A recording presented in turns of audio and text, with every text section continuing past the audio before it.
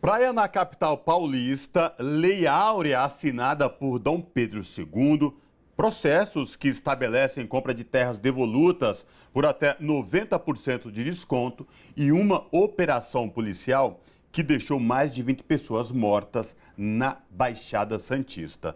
Essas são algumas polêmicas envolvendo a gestão de Tarcísio de Freitas à frente do estado de São Paulo como governador. Para falar com a gente sobre essa questão, nós conversamos agora com Emílio de Souza, que é deputado estadual em São Paulo pelo Partido dos Trabalhadores. Deputado Emílio de Souza, prazer recebê-lo aqui no Revista Brasil TVT. Tudo bem? Seja bem-vindo. Prazer é meu, Cosmo, prazer é meu, Ana Rosa e todos que nos assistem aqui. É sempre um prazer estar aqui na TVT. Deputado, que história é essa de praia na capital paulista, Lei Áurea assinada por Dom Pedro? Deputado, até onde vão essas polêmicas envolvendo o governador Tarcísio de Freitas aqui em São Paulo?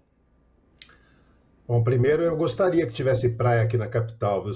Economizaria um bom tempo, né? São Paulo ficaria mais parecido com o Rio de Janeiro, pelo menos no aspecto da praia. Mas a verdade é o seguinte: isso demonstra, Cosmo, o quanto a educação de São Paulo está em péssimas mãos. O quanto o governador Tarcísio desconhece o que é educação e, pior, se assessorou de uma pessoa que é pior que ele ainda, que não entende nada de educação. Quer dizer, o que aconteceu aqui é uma situação muito grave. Quer dizer, mostra que, assim, o que eles estão enviando para os nossos alunos estudarem, se formarem, ampliarem, obterem conhecimento, é uma coisa completamente absurda. Quando você dá uma informação errada dessa, você induz o aluno a muitos outros erros e você também confunde os professores. Então, assim, é muito grave, né? Não é um erro qualquer, é um erro básico, né? Um erro, né, de geografia, um erro que todo mundo sabe que não é verdade. Então, como é que coloca isso? Quem filtra isso? Sabe que cuidado tá tendo, que o Estado está tendo para com o que as nossas crianças têm acesso? Né? Teve outros erros também, né? Falar que o Jânio Quadros, quando prefeito, ele proibiu o biquíni aqui em São Paulo, quando na verdade era uma coisa nacional, ele era presidente, né? Então, o negócio da Lei Áurea, tudo isso é assim, é fruto desse descaso. O Tarcísio está mostrando com isso que ele não só não conhece São Paulo, né, terra que ele mora, primeiro endereço dele em São Paulo é o Palácio dos Bandeirantes, como ele também está mostrando que ele não conhece o país, né, que ele não sabe coisas básicas da história brasileira, como a promulgação da Lei Áurea. Então, eu penso que assim, olha, tudo isso também é fruto dessa opção dele de querer rejeitar os livros escolares do MEC, que são usados mais de 100 anos em São Paulo.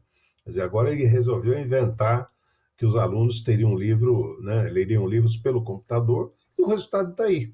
Quem formulou essas definições aí mostra que não entende nada de educação, de Brasil, de São Paulo, de educação para crianças. Deputado, para continuar nessa questão da educação, vou trazer aqui um outro elemento sobre Ricardo Feder, que é a questão da multilaser, né? O Ricardo Feder é uma das pessoas ali que tem cotas da empresa Multilaser e secretário da Educação aqui no estado de São Paulo, e mesmo assim a Multilaser tem contratos com o estado de São Paulo, o que fica aí uma situação bastante controversa. Gostaria de ouvir o senhor sobre essa questão e o que judicialmente pode ser feito, porque há aí conflitos de interesse, não é verdade? É. Olha, Ana, é uma situação totalmente absurda, ilegal, sabe? Fere a moralidade pública.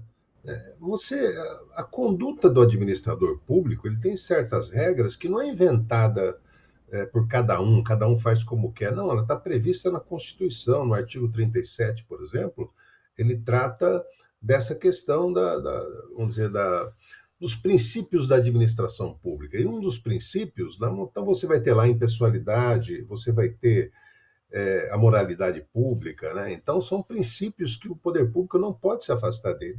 Ora, se uma pessoa assume a Secretaria de Educação e a empresa da qual ele é sócio é fornecedora da Secretaria da Educação, isso tem que ser rompido. Isso não é possível.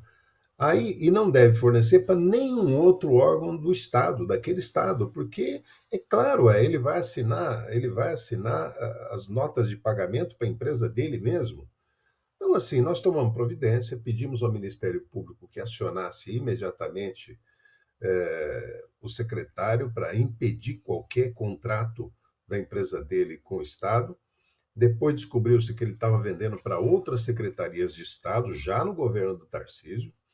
E eu, pessoalmente, entrei com pedido também de afastamento do secretário. Entrei com esse pedido junto ao Ministério Público de São Paulo, porque só há duas formas de afastá-lo. Ou o Tarcísio o demite, né, ou ele pede demissão, ou então o poder Judiciário determina o afastamento dele por ferir a moralidade pública, que eu espero que é o que aconteça. Agora, deputado, vamos voltar também a essa questão das terras devolutas aí, 90% de desconto, que, em outras palavras, oficializa a grilagem de terras no estado de São Paulo. Tem uma ação aí do Partido dos Trabalhadores, deputados da bancada no Supremo, mas tudo indica, não vai ter tempo hábil da ministra Carmen Lúcia, que está com essa ação, se pronunciar. Isso vai regularizar de fato essa grilagem. Eu queria lhe ouvir também sobre essa questão. Pois é, Cosmo, é mais um dos absurdos que vem acontecendo nesse estado. Veja bem, o que é o Pontal do Paranapanema? É um canto do estado, né, já na divisa com o Paraná, e um canto do estado onde se concentrou terras devolutas, ou seja, terras que eram do governo do estado e que não tinham destinação clara durante um tempo. Há dezenas de anos atrás, essas terras foram invadidas. Veja bem, aí não é MST, é por fazendeiros, foram ocupando com apoio do Estado.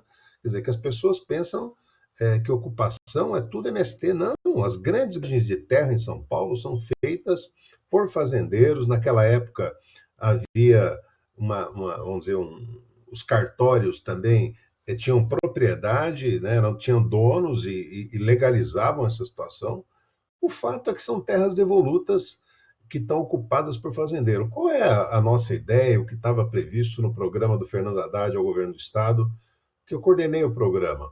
Estava previsto exatamente que essas terras deveriam servir para a reforma agrária. Né? Por quê? Porque elas estão em mãos erradas, foram ocupadas, foram griladas de maneira, vamos dizer, ilegal há muitos anos. Então, nós precisamos que ela sirva para a reforma agrária. O que fez o Tarcísio? Não. Ele legalizou a grilagem. Ele está dizendo o seguinte: olha, se você pagar 10% do valor da terra, você pode ficar com ela. Quer dizer, evidentemente que os fazendeiros vão se utilizar disso para legalizar. 10% para ele não é nada para herdar uma fazenda que nunca foi dele. Né?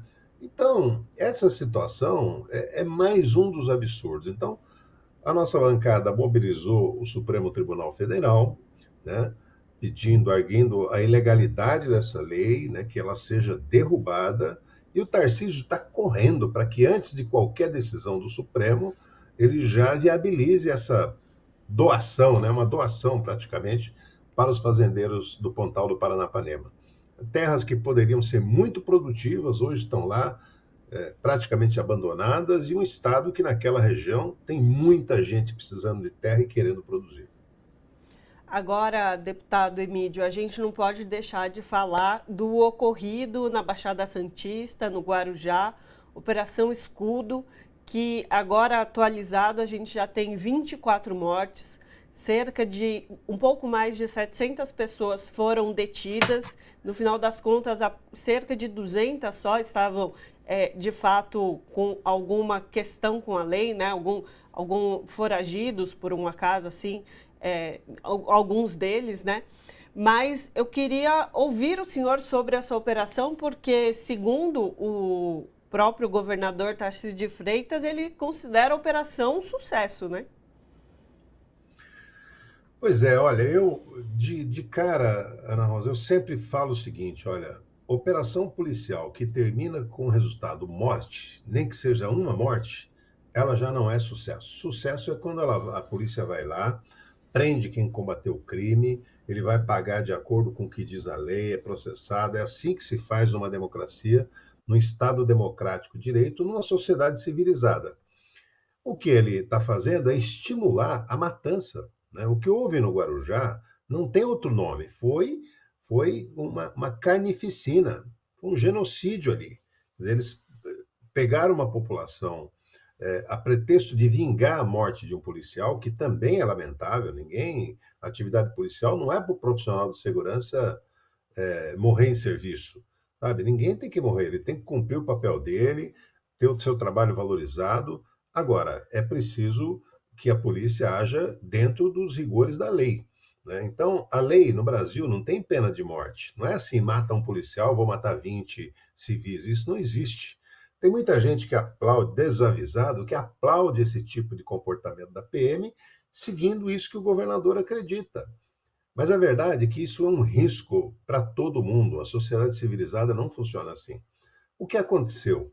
É, Ali, nós tivemos recentemente, há uns 15 dias atrás, uma reunião com o Procurador-Geral de Justiça do Estado de São Paulo, Dr. Mário Sarrubo, junto com entidades, com movimentos, com o ouvidor da polícia, e nós começamos a ver o que tinha acontecido.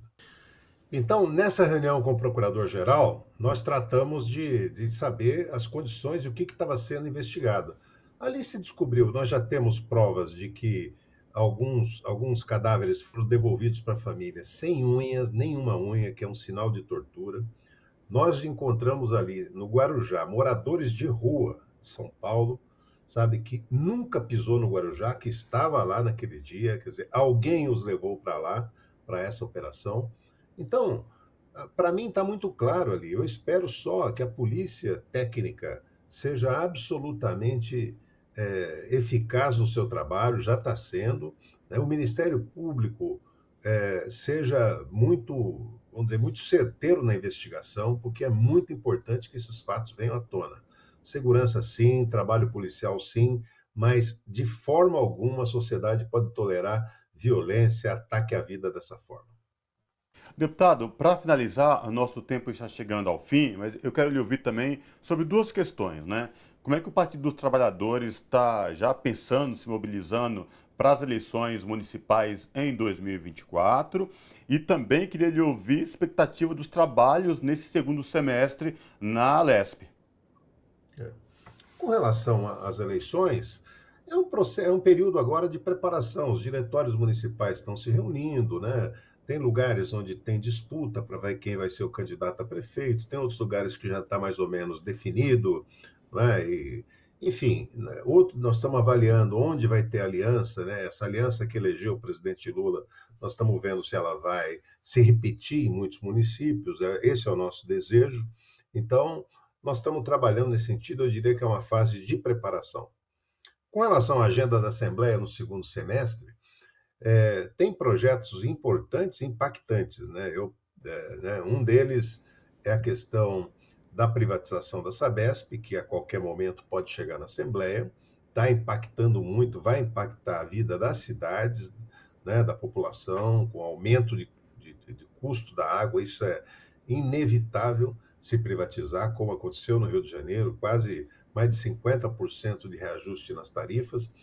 Então, esse deve ser um dos grandes temas, mas certamente terão outros também, né? O governo, nesse momento, tenta aumentar uma taxa judiciária, né, que aumentaria muito o custo do acesso à justiça. Quem quer abrir um processo teria que pagar mais. Evidentemente, nós estamos contra. Então, as pautas desse segundo semestre já estão caminhando nesse sentido e provavelmente possa vir algumas outras para a Assembleia dar conta.